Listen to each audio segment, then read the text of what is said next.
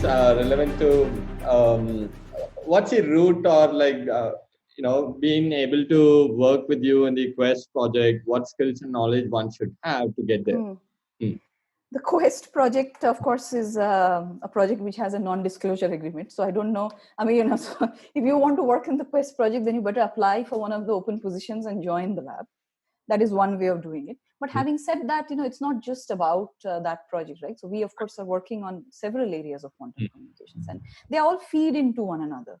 This particular project is with space agency, so we have some requirements that we don't really, But then, of course, we are also pursuing things where we are, some aspects of it we are discussing and doing it with other people. So that is not a problem. So long as there's this somewhere misplaced notion that somebody will get to know and something will happen. But that is the whole point of quantum, right? That if we get to know, then nothing will happen because we won't let it happen. So then, but then, of course, this dichotomy exists, and so that is why we have certain, what should I say, non-disclosure stuff going on because it's related to the security aspects, and people will use these results directly for security purposes, right? Various agencies and so on. But then, having said that, we are doing many things towards it which are not really directly hampering this, and so it will be good to discuss possibilities. But I haven't thought out the answer today. The interface of this and space science is something that is the project, right? Like, what are the aspects that could be worked on? If you could just tell me, like, what are the skill sets that person requires? What do you look for? See, the Quest project is a very interesting example of something in which we have an aggregation of different skill set people in the same project. So for instance, we have our own PhD students who are naturally coming from a physics background. Then we have project engineers who are coming from electronics and communication engineering background. Somebody has done an MTech. Somebody comes from a computer science background for simulation. And then we also have people who are coming from math background. So we have different types of people who are working together towards this. So indeed, so long as you have some kind of unless you are a biologist, we don't see the need for it yet. But having said that, engineering, physics, mathematics, these are all coming together. And so in some sense, all these skills are very relevant. And of course, we have ISRO as our partners here. So they are filling in towards the satellite end. Because that is not what we do for a living, and neither do we kind of wish to start making satellites. So then that is where they are playing a role, and so it's a synergy. And so indeed this is beautiful because in some sense people but then also very interesting if you have a group meeting, because sometimes people don't understand each other. But then having said that, different skill sets are finding a very important role here.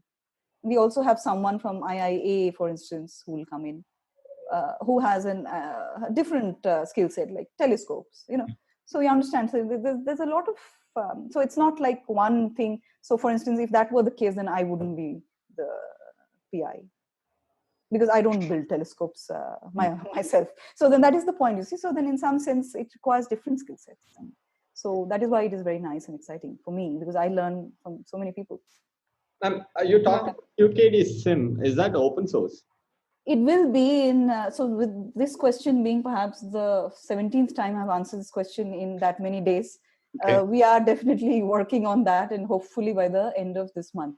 End of this month? Oh, lovely. Yeah, because, because we have had these requests from very affable people like you, and also very people who are from agencies which won't name themselves, right?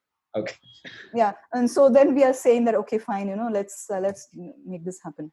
And so we are actually accelerating that to a certain extent. Ma'am, I had asked you this in May, but I just wanted to ask you again. I'm Dipti.